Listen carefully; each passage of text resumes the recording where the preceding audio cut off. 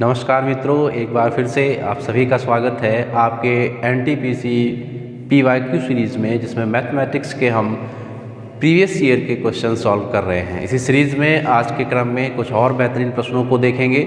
चलिए देखते हैं। पहला प्रश्न दिया गया है, किसी कंपनी के 15 पुरुष या 20 महिला कर्मी किसी कार्य को 26 दिनों में पूरा कर सकते हैं। उसी कार्य को कहा गया है 30 पुरुष कर्मी और 12 महिला कर्मी साथ मिलकर कितने दिनों में पूरा कर लेंगे। चलिए, बेहतरीन प्रश्न है, काम समय का ये प्रश्न है। ऐसे प्रश्नों को आप बहुत ही आसानी से सॉल्व कर सकते हैं, समझेंगे। देखते हैं। कहा गया है 15 पुरुष या 20 महिलाएं कर्मी जो है 26 दिनों में काम करेंगे। हम यहाँ पर चाहे 15 पुरुषों की बात करें, पुरुष का मतलब मैन हम लिख लेते हैं, या फिर हम बात करें जो दिया गया है आपको 20 महिलाएं, तो 20 महिलाओं की बात करें, वुमेन लिख लेते हैं W से। 15 पुरुष हों या 20 महिलाएं हों, दोनों ही काम कर सकते हैं, किसी काम को 26 दिन में कर सकते हैं। कहने का मतलब अगर ये लोग काम करेंगे मिलकर तो 26 दिन कार्य करने में लगेगा और इनके भी द्वारा वही कार्य 26 दिन में पूरा हो जाएगा। इन दोनों के कार्य ही क्या हैं? बराबर हैं। हमने लिख दिया बराबर हैं। तो अब ये दोनों के कार्य यदि बराबर हैं तो इस तरीके से आप देखेंगे कि ये 26 से 26 कैंसिल होगा और यहाँ से 5 चौके 20 और 5 तियाँ 15। इस तरीके से आप देख रहे हो कि आदमी और औरत, महिला, तो पुरुष और महिला का जो रेशियो बन रहा है वो 4 और 3। जब ये रेशियो बनता है, यही इनकी कार्य क्षमताएँ होती हैं। जो इनके द्वारा कार्य किया जा रहा है वो यहीं से प्रदर्शित हो रहा है कि एक आदमी के द्वारा 4 कार्य किया जा रहा है और एक महिला के द्वारा 3 कार्य किया जा रहा है। क्वेश्चन में पूछा गया है आपसे कि यही वाला कार्य जो है 30 पुरुष और 12 महिलाएं साथ मिलकर कितने दिन में करेंगे। कौन सा? यही वाला काम जो ये कर रहे हैं या फिर ये कर रहे हैं, कोई भी एक काम, ठीक है। जिस काम को 20 महिलाएं ये कर रही थी 26 दिनों में, यही वाला सेम टू सेम काम कौन? पूछा गया है कि 30 पुरुष और 12 महिलाएं कितने दिन में करेंगी। 30 पुरुष और का मतलब साथ में है 12 महिलाएं कितने दिन में करेंगी। जो कार्य 20 महिलाएं 26 दिन में करती थी, या फिर हम इसकी जगह पर यह भी रख सकते थे कि 15 आदमी 26 दिन में करते थे, वही कार्य है ना, दोनों बराबर ही हैं। आपने ये वाला रख लिया या फिर ये वाला रख लेंगे, दोनों से आंसर वही आना है। हमको ज्ञात क्या करना है कि 30 आदमी और 12 जो महिलाएं हैं ये कितने दिन में कार्य कर रहे हैं। इसको कैसे ज्ञात करेंगे? देखिए, जहाँ पर आपका महिला है वहाँ पर महिला की कार्य क्षमता रख देंगे और जहाँ पर पुरुष है वहाँ पर पुरुष की कार्य क्षमता रखेंगे। देखिए कैसे होगा। 20 महिला का मतलब है महिला 3 काम करती है, तो गुणा 26, और अब हमने कर दिया 30। यहाँ पर पुरुष है और पुरुष कार्य करता है 4, तो गुणा 4 हो गया, प्लस 12 महिला, तो 12 महिला का मतलब 3। इस तरीके से जब आप सॉल्व करोगे इसको तो ये आपका क्या हो रहा है, यहाँ से देखेंगे कि हमको ये जो प्राप्त हो रहा है, नीचे अगर देखो तो 120 हो रहा है इसका गुणा और इसका 36, तो हो गया 156। अब इसको हम सॉल्व कर लेंगे और यहाँ से हल कर लेंगे, ठीक है। अगर इसको 3 से डिवाइड कर दें, 3 × 5 = 15 और 3 दूना 6, 26 दूना 52 हो जाएगा। 2 से हम इसको काट देंगे 10। इसका मतलब ये जो कार्य हो जाएगा वो 10 दिनों में हो जाएगा। इस तरीके से जो आपका सही उत्तर होगा 10 दिन, ऑप्शन बी राइट आंसर होगा इस प्रश्न का, ठीक है। समझ गए होंगे, ठीक है। नहीं समझे एक बार फिर से इसको देखिएगा, बिल्कुल समझ जाएंगे, है ना, अच्छे से समझ जाओगे। एक प्रश्न से आप सारे प्रश्न लगाओगे इस टाइप के, ठीक है। एक बार बस आपको जानने की ज़रूरत है कि होता कैसे है। नेक्स्ट क्वेश्चन देखते हैं। तो ये प्रश्न देखते हैं हम, जो दिया गया है, बहुत बेहतरीन प्रश्न है। 2 धनात्मक संख्याओं का गुणनफल 0.60 है। यदि एक संख्या दूसरी संख्या के 1/15वें हिस्से के बराबर है तो 2 संख्याएं ज्ञात कीजिए। तो दोनों संख्याएं आपको ज्ञात करना है। यहाँ से आप समझेंगे ज़रा इस चीज़ को, बहुत ही बेहतरीन प्रश्न है। एक संख्या दूसरी संख्या के 1/15वें हिस्से के बराबर है। तो यदि एक संख्या दूसरी संख्या के 1/15वें हिस्से के बराबर है, इसका मतलब 1/15 ऐसे कहें तो एक संख्या 15 हो जाएगी और दूसरी 1 हो जाएगी। ठीक है, मान लेते हैं ये 15x है और ये 1x है। इन दोनों का गुणा अगर देखा जाए तो वो दिया गया है। ठीक है, सॉल्व करेंगे तो यहाँ से आप देख रहे हो दशमलव हटाने पर 2 0 हो रहे हैं। 15 से आप डिवाइड कर रहे हो 4 हो रहा है। x स्क्वायर का जो आपका मान हो रहा है 4/100 हो रहा है। x बराबर आप निकालोगे 2/10 होगा, जिसका मतलब हो गया 0.2। अगर एक संख्या 0.2 आ गई है तो दूसरी 15x होगी। तो 15x निकालने के लिए क्या करना पड़ेगा, 15 गुणे 0.2, तो 15 दूना 30, इसका मतलब ये अगली संख्या हो गई 3.0। तो पहली संख्या 0.2 और दूसरी संख्या 3.0 आपकी आ चुकी है। तो इस तरीके से option number C is the right answer होगा आपका। समझ गए होंगे? ठीक है, बढ़िया क्वेश्चन है, समझ के करेंगे बहुत आसानी में हो जाएंगे, कोई दिक्कत नहीं है। आप आसान तरीके से इनको करिए, समझते हुए करिए। अच्छे प्रश्न हैं, नहीं समझ में आते हैं एक बार फिर से देखिए, ज़रूर समझ में आएगा। ठीक है, ठीक है, देखते हैं ये प्रश्न। इस प्रश्न में कहा गया है यदि किसी संख्या और उसके 2/5 का अंतर 60 है तो संख्या ज्ञात कीजिए। तो 2/5 उस संख्या का 2/5, तो संख्या का 2/5 कह रहे हैं इस तरीके से, संख्या का 2/5, इट मीन्स पहली संख्या 5 है और दूसरी 2 है। ठीक है, संख्या का, ठीक है। तो जो आपका ऐसे कभी भी लिखा हो तो ये नीचे वाला उसके साथ में लिखा वाला जो शब्द है उसी से आप रिलेट कर लेंगे। इस तरीके से वह संख्या कितनी हो गई 5 और दूसरी हो गई 2। तो इस तरीके से इन दोनों का अंतर देखा जाए तो अंतर क्या कह रहा है कि अंतर जो है वो कितना है, 60 है। अगर अंतर 60 है तो इस यहाँ पर भी अंतर देखिए, ये अंतर जो बन रहा है एक्चुअल में 3 बन रहा है और इस 3 यूनिट का ही मान बन रहा है क्वेश्चन के हिसाब से 60। ठीक है, तो इन संख्याओं में अगर इस रेशियो के हिसाब से हम देखें तो हमको 3 का अंतर मिल रहा है और क्वेश्चन के हिसाब से कह रहे हैं 60 का अंतर है। तो 60 हो गया, 3 यूनिट का मान 60 हो गया। आपको वो संख्या बतानी, संख्या तो 5 है, तो इस 5 यूनिट का मान ज्ञात करेंगे। तो संख्या हो गया आपकी 6 गुणे 5, इसका मतलब 300 सही उत्तर।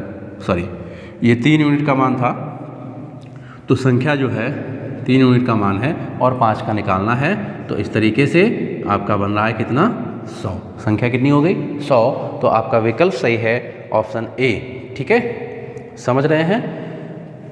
बहुत आसान सा प्रश्न है, कोई दिक्कत वाली तो बात है नहीं, आराम से आप इसको कर सकते हैं। ठीक है, आया हुआ प्रश्न है, पिछले एग्ज़ाम्स के जो पेपर में आए हुए प्रश्न हैं वही आपको सॉल्व करवा रहे हैं। कुछ बेहतरीन प्रश्न भी इसमें शामिल हैं, तो आप एक एक प्रश्न को करिए ज़रूर। कुछ सरल भी हैं, जिनको मैथ आती है उनके लिए ये चुटकियों में सवाल हो जाते हैं, सेकंडों के सवाल हैं, मौखिक लगा देंगे। लेकिन जिनकी मैथ नहीं बनती इनके लिए भी दिक्कत होती है। ठीक है, और हमने ये प्रयास किया है कि आपको कुछ बेहतरीन प्रश्न भी क्लास में करवाए जाएँ, जिनकी मैथ सही भी है, उनको उस प्रकार के क्वेश्चन में फंस जाते हैं, उन प्रश्नों को भी वो कर पाएंगे, अच्छे से कर पाएंगे। ठीक है, अगला प्रश्न देखते हैं।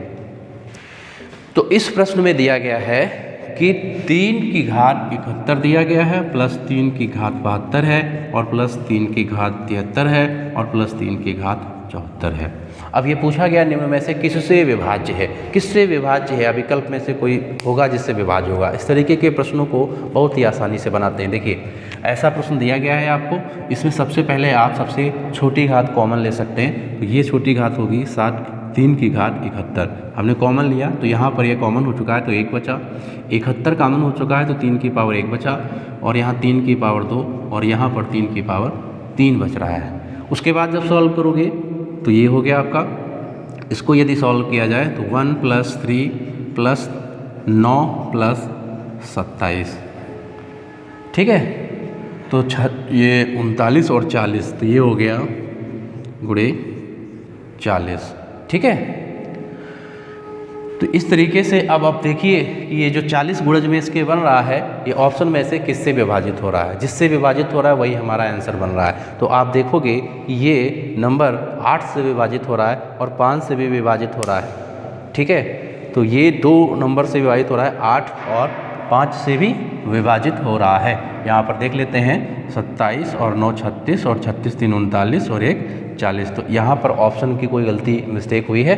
वैसे एक ही यहाँ पर सही होना चाहिए था उत्तर, और वो है आपका 8 या फिर 5, दोनों ऑप्शन में से दोनों ही इस प्रकार से 5 से 40 5 ये 5 से भी डिविजिबल है और 8 से भी डिविजिबल है। तो इस प्रकार आप देखोगे ये नंबर दोनों से ही विभाज्य है। ठीक है, अगला प्रश्न। ये प्रश्न, इस प्रश्न में आपसे कहा गया है कि भाई 4200 के गुणनखंडों की आपको संख्या बतानी है। सबसे पहले गुणनखंडों की संख्या जब बतानी हो आपको, किसी भी क्वेश्चन में ऐसा आ जाए कि गुणनखंडों की संख्या बताइए, तो आपको करना क्या होता है, सबसे पहले इसके अभाज्य गुणनखंड करते हैं। अभाज्य गुणनखंड करने का तरीका आपको मालूम है। इसका जैसे ही आप इसको भाग करना शुरू करेंगे, ये देखिए, तो उसे हमने इसको डिवाइड किया और ये हो गया आपका। फिर से 2 से करेंगे, फिर अब इसको 3 से करेंगे, 3 एकम 3 और 2 हो गया, 3 7 21, 3 5 15। ठीक है, और फिर से जो है 3 से करेंगे, 3 5 15 यहाँ से, और ये 3 से नहीं डिवाइड होने वाला है अब की बार। तो अब हम करेंगे 5 से, तो 5 से डिवाइड करेंगे तो हो जाएगा 5 3 15 5 25। 5 से करेंगे 7 बार में और 7 एकम 7। ठीक है, इस तरीके से जो गुणनखंड हुए हमारे, वो 2 की घात मिल रहा है 3 गुणा 3 की घात 1 गुणा 5 की घात 2 और 7 की घात 1। जब ये अभाज्य गुणनखंड आपके हो जाएं, तो आपको करना बस क्या है कि जो आपकी अभाज्य गुणनखंडों की घात है उसको 1 बढ़ाकर आप गुणा कर दीजिए सबकी, तो आपके गुणनखंडों की संख्या ज्ञात हो जाती है। तो यहाँ से 4 हो जाएगा, 3 है तो 4, 1 है तो हम 2 ले लेंगे, 2 है तो 3 लेंगे और 1 है तो 2 लेंगे। गुणा करेंगे 4 दूना 8, 24 दूना हो गया आपका 48। ठीक है, तो इस तरीके से जो राइट आंसर है आपका 48। गुणनखंडों की संख्या कितनी हो गई? 48। अगला क्वेश्चन देखते हैं। तो इस प्रश्न को देखते हैं जिसमें कहा गया है कि 0 यहाँ पर दिया गया है 3.127 के ऊपर बार ऐसे लगा के लिखा गया है और फिर कह रहे हैं कि भिन्न के रूप में व्यक्त कीजिए। ऐसी संख्याओं को, डेसिमल नंबर को अगर भिन्न में व्यक्त करना है तो कैसे करते हैं? जब भी किसी संख्या पर बार लगा है तो इसका मतलब ये संख्या बार बार रिपीट हो रही है, इसकी पुनरावृत्ति हो रही है, तो इसको हम आवर्ती दशमलव बोलते हैं, है ना। तो अगर आवर्ती दशमलव कहते हैं तो इसका मतलब ये 7 पर बार लगा है, तो ये 7 संख्या जो है ये आगे की तरफ रिपीट होती जा रही है। मतलब ये ऐसे करके आगे की तरफ जो है भाग करने पर 7 7 7 7 आता जा रहा है। तो इस तरीके के इस तरीके के दशमलव को हम कैसे भिन्न में बदलते हैं तो समझते हैं ज़रा। चलिए पहले देखते हैं। यदि लिखा जाए 0 यहाँ पर लिख देते हैं, 0.2 के ऊपर हम बार लगा देते हैं, तो इसको हम भिन्न में बदलने के लिए क्या करते हैं कि 2/9 लिखते हैं, क्योंकि जितनी सही संख्याओं पर बार लगा होगा वहाँ पर दशमलव के बाद अगर दशमलव हटाते हैं तो 0 नहीं बढ़ेगा, 9 बढ़ेगा नीचे।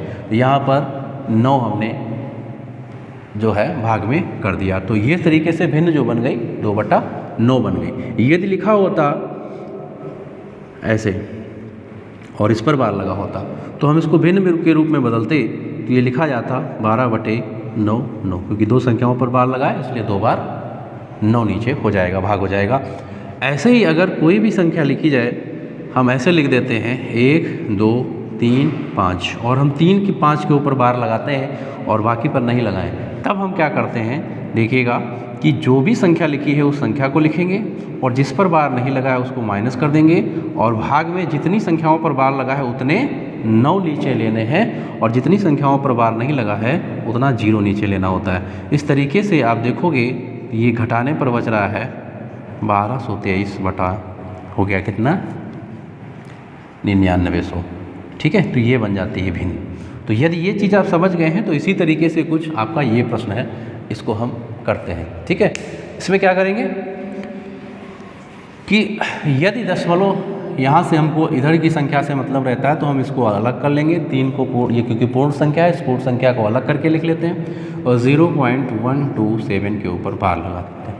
अब अगर इसको सॉल्व करेंगे तो हमारा बन जाएगा 3 प्लस यहाँ से हो जाएगा 0.127 लिखा हुआ है, इसका मतलब 127 माइनस जिस पर बार नहीं लगा है वो माइनस करेंगे और जिस पर बार लगा है उतने 9 होंगे और जिस पर बार नहीं लगा उतने 0 नीचे लिखने होते हैं। इस तरीके से आप देख रहे हैं कि यहाँ पर जो बन जाएगा 3 प्लस 7 से 2 जाएगा तो ये 5 हो जाएगा, 2 से 1 जाएगा 1 यहाँ पर, ठीक है, और 115/900 हो जा रहा है। तो इस तरीके से अब अगर देखो तो ऑप्शन से ही आपको पता चल रहा है कि 900 आपको केवल हर में मिल रहा है ऑप्शन नंबर ए में। अगर हम इसको सॉल्व करेंगे इसको, ठीक है, तो यहाँ पर हम इसको विभाजित भी कर सकते हैं। यदि विभाजित हो रही है संख्या तो इसको छोटा करके लिखेंगे यदि, तो देखिए क्या होगा, 5 से डिवाइड करिए, 5 दूना 10, 5 तिया 15, यहाँ से 5 से करेंगे तो 5 एकम 5, 5 बटे 40 और 0। अब ये विभाजित नहीं होगा। अब देखिए कि 180 किसके हर में जा रहा है, हमको यहाँ पर मिल रहा है 180 हर में मिल रहा है, ये ऑप्शन नंबर बी और डी में। तो इस प्रकार हमको आगे और सॉल्व करके देखना होगा, क्योंकि ये जो हमारा बन रहा है 3 सही 23/180 बन रहा है। अब इसको भिन्न में लिखेंगे, ठीक है, तो प्रॉपर भिन्न में लिखने के लिए आपका देखो 18 तिया 54 और ये 23, तो कितना हो जाएगा 563/180। तो इस तरीके से जो ऑप्शन सही हो रहा है ऑप्शन नंबर बी आपका सही उत्तर हो जाएगा। समझ गए हैं? ठीक है, चलिए देखते हैं अगला प्रश्न। इस प्रश्न को देखते हैं। इस प्रश्न में कहा गया है विकास अपने वेतन का 80% खर्च कर देता है और उसके वेतन में 25% की वृद्धि हुई है, उसके व्यय में 15% की वृद्धि हुई है, उसकी बचत में पूछ रहे हैं कितने प्रतिशत की वृद्धि हुई है। देखिए पहले कह रहे विकास अपने वेतन का 80% खर्च करता है। यदि विकास का वेतन 100% है और उसने खर्च कर दिया 80%, वेतन है ये इसका खर्च है, 80 खर्च कर दिया, तो जो बचत हुई वो कितनी हुई? तो बचत तो आपको मालूम है कैसे निकालते हैं, तो बचत आपकी कितनी हो गई भाई? तो बचत आपको पता चल रही है कि 100 में से 80 खर्च कर दिया तो इसकी बचत जो है वो 20 यूनिट है। तो इस तरीके से यदि देखा जाए तो अब देखिए कह रहे हैं कि उसके वेतन में 25% की वृद्धि हुई है। पहले वेतन 100 था, अब की बार 25% वृद्धि हो गई। तो 25% वृद्धि का मतलब अब की बार वेतन अब 125 है। और कह रहे हैं कि उसके व्यय में 15% की वृद्धि हुई। पहले 80 खर्चा होता था, अब 15% की वृद्धि कर देगा, तो इसका मतलब 80 पर 15% की आप वृद्धि करोगे तो आपका हो जाएगा खर्चा कितना? 80 का जो 15% होगा 12 आपका खर्च ज़्यादा हो जाएगा। तो इसका मतलब अब वो खर्चा कर रहा है 92। अब देखिए इसकी बचत कितनी हो रही है। तो अब इस तरीके से आप देखिए ये इसका वेतन, नया वेतन है और उसका एक नया खर्चा है, और इसमें देखेंगे कि आपका जो बचत है, नई बचत जो आपकी हो रही है वो कितनी हो रही है। तो 25 और 8 हो रही है, अब 25 और 8 33 हो रही है। ठीक है, जो नई बचत है वो कितनी है? 33 हो रही है। तो इस तरीके से आप देखिए तो पहले बचत 20 थी, अब 33 है। क्वेश्चन में यही पूछा गया है कि आप बताइए कि उसकी बचत में कितने प्रतिशत की वृद्धि हुई है। कितने प्रतिशत की वृद्धि हुई है? पहले 20 थी, अब ये देखिए 33 हो गई है। तो सीधे सीधे 13 की वृद्धि हुई है। किस पर हुई है? 20 पर हुई है। क्या परसेंट हुई है? तो परसेंट निकाल लीजिए, कितनी हुई है? 20 पंचे 100, इसका मतलब 13 पचे 65% की वृद्धि आपके इसके वेतन में हो चुकी है। ठीक है, तो ऑप्शन नंबर आपका यहाँ पर डी सही है, चौथा ऑप्शन सही है। ठीक है, 65% की वृद्धि। समझ गए होंगे। अगला प्रश्न देखते हैं। चलिए, बहुत ही बेहतरीन प्रश्न, इस प्रश्न को देखते हैं। इस प्रश्न में कहा जा रहा है कि जब पूर्णांक n को 9 से विभाजित किया जाता है तो शेषफल 4 बचता है, और तो शेषफल 4 बचता है। यदि 12n को 9 से विभाजित किया जाए तो शेषफल क्या होगा? कोई पूर्णांक n है और जब हम इसको विभाजित करते हैं 9 से तो हमको शेषफल मिलता है कितना? 4। पहले यही तो बोला गया है कि 4 शेषफल बचता है, तो इस तरीके से 4 शेषफल बच रहा है। ठीक है, और फिर कह रहे हैं जब हम इस 12n को इसी 12n को अगर विभाजित करें 9 से तो शेष क्या मिलेगा, ये आपको बताना है। समझते हैं, यदि n कोई नंबर होता है, कोई नेचुरल नंबर है, कोई प्राकृतिक संख्या है, तो ऐसा हम कोई संख्या लेते हैं जिससे कि हमको 4 शेष मिले। तो 4 शेष मिलने का मतलब ये है कि n बराबर हम सबसे पहली संख्या 13 ले सकते हैं। तो यदि हम 13 लेते हैं तो 9 का हम देखो 9 का एक बार पारा लगाएंगे तो यहाँ पर 9 होगा और हमको शेष क्या मिल जाएगा? 4 शेष मिल जाएगा। तो इसी तरीके से यदि n जो है 13 है तो यहाँ पर 13 गुणे 12 हो जाएगा। यहाँ पर जो संख्या बनेगी वो कितनी हो जाएगी, वो आपको निकालना है। ठीक है, तो 156 हो जाएगी। यदि हम 156 को 9 से विभाजित करते हैं तो देखिए क्या होगा। 9 से विभाजित करने पर 9 एकम 9 हो जाएगा, और यहाँ पर देखिए 6 होगा, यहाँ पर 6 बचेगा, फिर 9 सते 63 हो जाएगा, तो कितना शेष बच रहा है?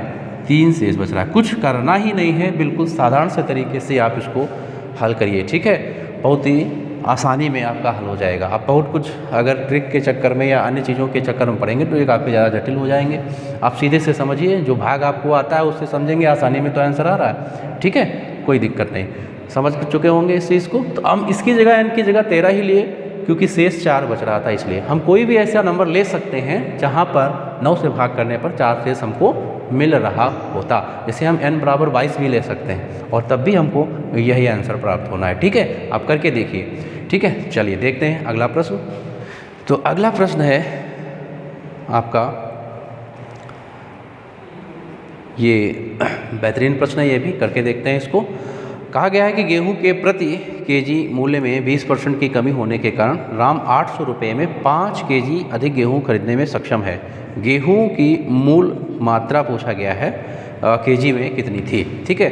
बहुत ही आसानी से करेंगे। सबसे पहले ऐसे प्रश्नों में आपको जितनी भी वृद्धि या कमी दी गई है और जितने रुपए में आपको मात्रा कम या ज़्यादा मिल रही है उनको देखिए आप। तो यहाँ पर 800 रुपये में 5 केजी अधिक आपको गेहूँ प्राप्त हो रहा है। क्यों प्राप्त हो रहा है? क्योंकि 20% कमी हुई है। ज़रा 800 का आप देखेंगे कि 20% होता कितना है, तो 20% आपको पता चला कि 160 होता है, ठीक है।